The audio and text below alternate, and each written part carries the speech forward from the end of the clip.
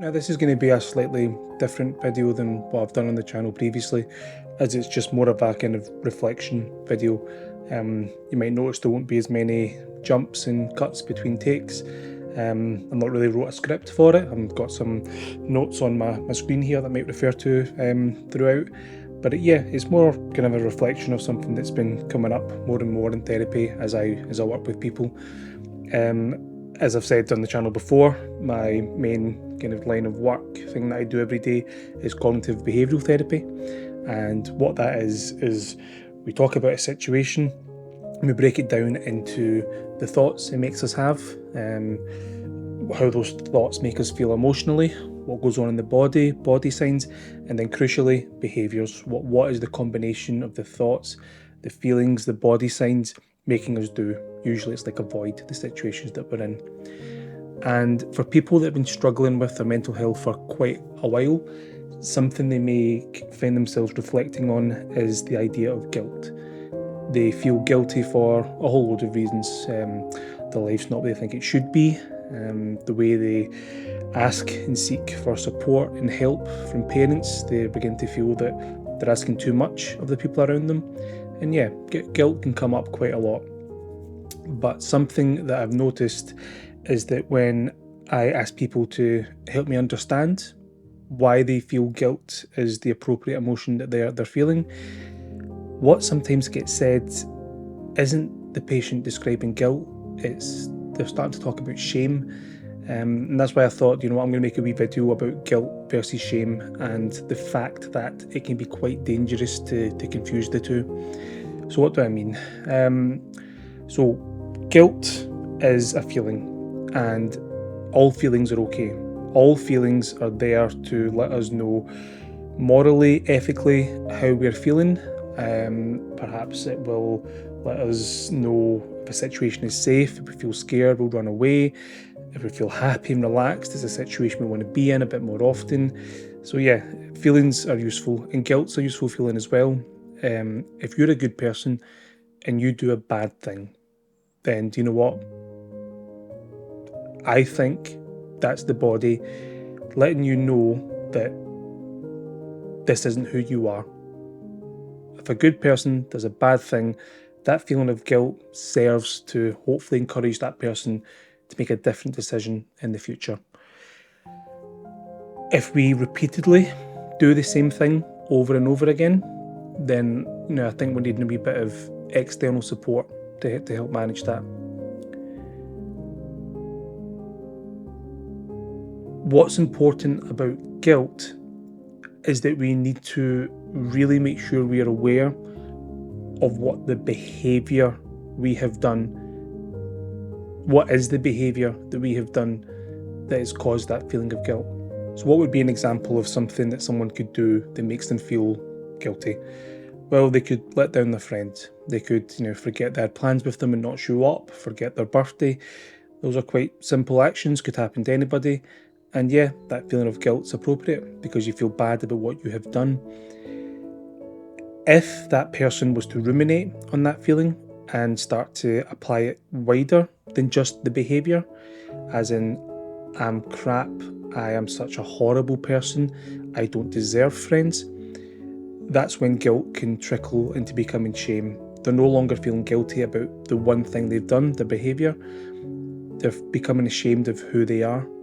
And already it's quite obvious to see why that's quite a dangerous path to go down, because one innocent mistake, if left to kind of fester and not discussed, if you don't quite know or have the confidence about how you're going to act differently in the future, that guilt can go to a really tricky, dangerous, potentially dangerous place for a lot of people. And I suppose the kind of second part to this reflection is to do with how we communicate to people that we are not happy with their behaviour or the things they have done. And this could be any kind of communication, from a parent to their child, husband to a wife, boyfriend to a girlfriend, wife to husband, or child to parent. Any interaction. There is absolutely nothing wrong, I think, with letting somebody know that what they've done has made you feel a certain way. That's healthy, that's what communication is. But the focus has to be on what they have done. I think quite often, and this is again an observation from working with people and discussing family dynamics, that when things go wrong, the conversations that follow very rarely stay on just that one thing. Other instances, other behaviours from the past, or things left unsaid start to spill out, and the focus goes away from the thing that's been done, the behaviour, to wider how that person is, the type of person they are.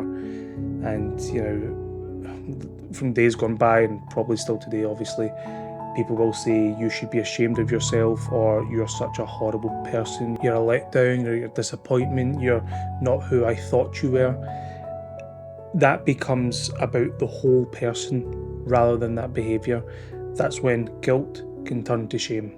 And again, guilt shouldn't be a bad thing. It's that reminder that what we've done, we want to do differently in the future. And the person that's been wronged, they've got every right to point out that the behaviour that's went on has made them feel a certain way.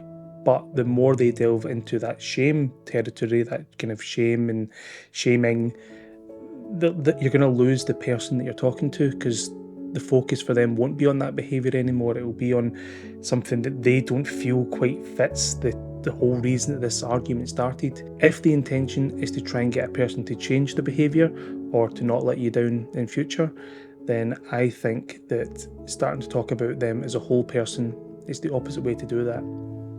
They'll shut down, they'll become defensive, and it'll be so much harder to bring that change about. And when, as is often the case, the argument stops, the interaction gets resolved, what you're left with is somebody feeling less than before they went into it.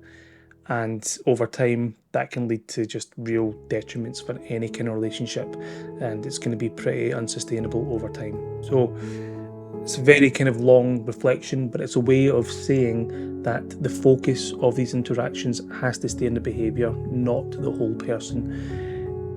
Very few people would go into these intending to shame somebody, because shame can lead to, my goodness, so much in the way of low mood, depression, anxiety.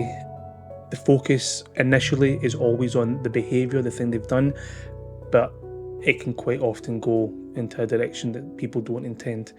So having that very clear distinction of guilt versus shame. Guilt is okay, shame isn't. We've got a responsibility when we are talking to someone about what they've done to us, to make sure that it doesn't go into that shaming territory. And back to what I was saying at the start, for people who feel guilty, need to make sure that it remains focused on what it is that they've done, rather than going a little bit in different directions, because that becomes very hard to undo.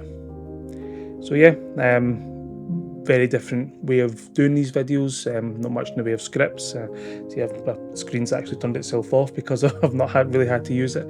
So it might be something, a direction I go on this channel, but if it's something you liked, the slightly different delivery, slightly different tone, please let me know below. And appreciate your time. Cheers.